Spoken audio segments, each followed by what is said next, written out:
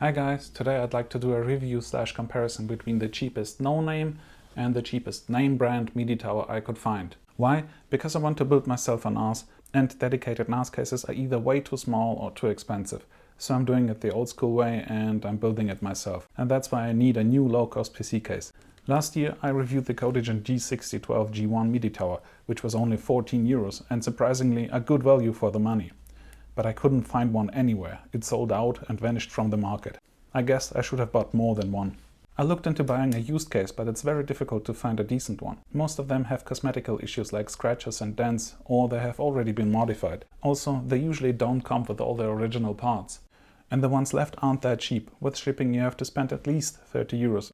And for that you can get a new one. I don't want to deal with a used case, and so I looked into cheap new PC cases. The cheapest one I could get was this Linkworld 3210, which was obviously made in China, and including shipping I paid 27 euros for it, which is almost double of what I paid for the Codigin Midi tower I reviewed last year. And to compare it to a name brand model, I got this CoolerMaster CM500, which I got for 35 euros including shipping. And it was also made in China. So let's open up the packages and see what's inside them. First up, the Linkworld.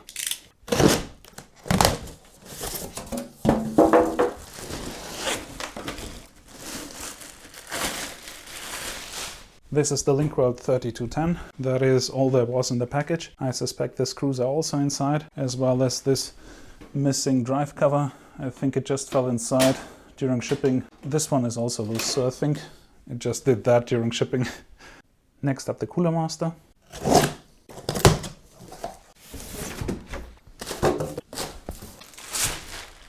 And this is the CoolerMaster CM500, and I suspect the screws are inside, and it also comes with a manual. Now that we have met the candidates, let's start the comparison and take a look at all the little things and see if they make a difference. I like simple, quiet and elegant designs. I don't want to spend on something that becomes outdated in a few years. I want it to be timeless. And therefore I do like both designs. Both are black metal cases with plastic front covers. The Linkworld looks a bit more playful, but the CoolerMaster has a bit more class. A point for each in my book. Both of them have two USB 2.0 ports up front and a mic and a headphone jack, but the CoolerMaster has also a USB 3 port on the front panel, so a point for the CoolerMaster. Although I'm sure the buttons on the Linkworld will work fine, I do like the buttons on the CoolerMaster a bit more. They just feel tighter, snappier and more controlled. Therefore again, a point for the CoolerMaster. The Linkworlds are made out of metal, while the CoolerMaster has plastic feet, so there's less chance of scratching up your floor if you move it. Again, a point for the CoolerMaster. If you don't want anybody else to access the case, you need to secure the hardware with a lock. The CoolerMaster comes with a lock latch, which you can install in here. Whereas you can clearly see the Linkworld has no lock latch at all. So again, a point for the CoolerMaster. You can access the CoolerMaster Force 500 without tools. Just undo these handy screws and you're in. Whereas you do need a screwdriver for the Linkworld. And it looks like this bottom screw is already destroyed from the factory. I mean, I can turn it in as much as I want. I can barely get it out, so right out of the factory. This thing is done. Again, a point for the CoolerMaster. Well, with the CoolerMaster, you do get this silica pack. Well, you can't do much with it afterwards, but they put it in here to capture the residual moisture after the packaging, so your brand new case doesn't arrive with rust. So they are making a good effort here. You also get this screw packet, and it comes with an already installed chassis fan. It is 120 millimeters. Well, I mean, it's probably not the best one they can make, but I bet it isn't terrible either. The Linkworld also comes with a pack of screws and something that looks like a manual. It has also both of the drive covers in here. That's the first one. The second one that we're missing from the front, so at least it's complete. It has also this fan duct for your CPU cooler, but it doesn't come with a free fan, so again, a point for the CoolerMaster. The Linkworld doesn't come with a manual. It comes with this half a sheet of paper that's a parts list at best. It offers almost no information. That really isn't a manual. This is a manual. The CoolerMaster Force 500 comes with a great manual. It is in 22 languages. And apart from a parts list, it also offers pretty good instructions on how to assemble your computer. So definitely a point for the CoolerMaster here. The Linkworld comes with this screw packet. So that's all there is in it. Barely 2 dozen screws, some nut inserts, a standoff, I don't know for what, and a stupid little buzzer. I hate these. Whereas the CoolerMaster comes with this package. It includes 10 zip ties, the lock latch, a screw packet probably for a hard drive or something, and a huge amount of screws. You have the standoffs for the mainboard, you have long screws for your fans. You even get a tool to install these standoffs for the mainboard, so you don't ruin them with pliers. So yeah, great job. It's obvious you get a lot more with the CoolerMaster if you compare it to the Linkworld package. Definitely a point for the CoolerMaster. Both of them are painted on the outside and they look okay, but the Linkworld is all bare metal on the inside. It is zinc plated, so there shouldn't be any issues with rust, but it just looks a bit cheap. The CoolerMaster is covered in paint absolutely everywhere, and I mean everywhere. You can't find a single spot of bare metal sheet in here. It's incredible. Either each and every part this thing is made of was powder coated or completely dipped in paint. It also has this nice matte black finish. I really like it a lot. So the CoolerMaster wins this point. The build quality on the CoolerMaster is pretty good. It isn't perfect. For example, if these two rivets at the bottom aren't seated properly. I'm sure that won't have any effect on its function, but it just annoys me that that wasn't done properly. Other than that, it is reasonably stiff and sturdy. There's definitely no monkey business going on in here. Everything will stay in place, so nothing to worry about in here. On the other hand, the Linkworld. And now I have to talk about the second worst thing about it, its build quality.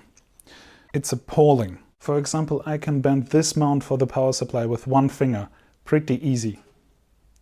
And the same goes for this mount, also for the power supply. You can bend it every each way. And I bet they installed this brace as an afterthought, because without it, the power supply might actually fall down. Everything else in here is so flexible. I mean, look at the plate for the mainboard. Look at the mount for the hard drives. Take a look at the back plate. I can bend it with my hand every each way. It is so flimsy. I think this whole case is just barely enough to keep it all upright. So definitely a point for the CoolerMaster. Inside the CoolerMaster, each and every edge was deburred, like the ones in here, rounded off, like this one, or flipped over, like this one. So there are no sharp edges or corners inside here. This is a flipped over edge. It's still not sharp. This one is also flipped over, not sharp. There are no sharp edges or corners in here. You really don't have to worry about hurting yourself. That's how it's supposed to be. So good job, CoolerMaster. And now to the worst thing about the Linkworld. Sharp edges and corners everywhere, even on the outside. If you aren't careful, the Linkworld will cut you. It is worse than a kitchen drawer full of knives. Nearly every edge and every corner in here can cut you. You have nasty burrs and sharp edges everywhere. I mean, for example, in here, at this corner, in here, at these. This feels like a cheese grate. This, here, in here, this one will definitely cut you. In here, this will cut you. I mean, just look at this nasty burr. Burrs like that are the difference between a dull knife like this one, which doesn't really cut when you slide it across something, so see, nothing happened, and a sharp knife like this one. If I would do that across this edge, I would need stitches. So let's try it out. Let's do an experiment. I have this skin replacement, and let's just slide it across that edge.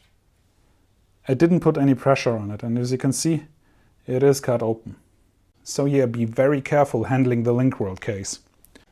That's definitely a point for the CoolerMaster, and minus 10 points for the Linkworld.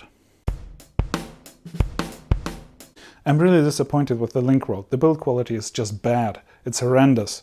I mean, if I got this one for just like 10 euros, you could somehow justify it with the extremely low price. But for nearly 30 euros, I expect a whole lot more. And with the CoolerMaster Force 500 for just a few bucks more, you do get more, a lot more.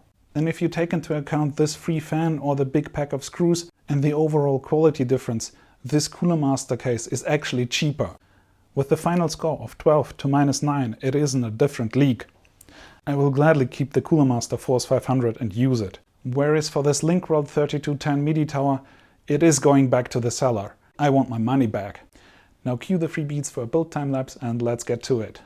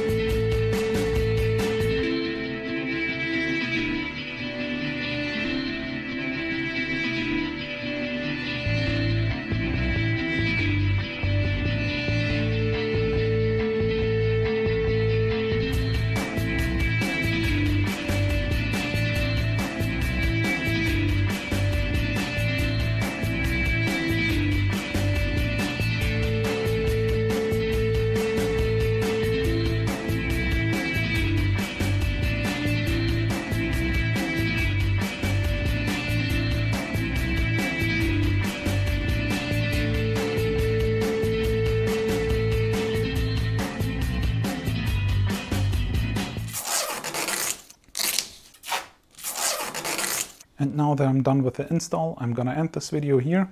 So if you liked this video, please give me a thumbs up. If you would like to see more videos like this, please subscribe to my channel. And if you have any questions or comments, please leave them in the comment section below. Bye.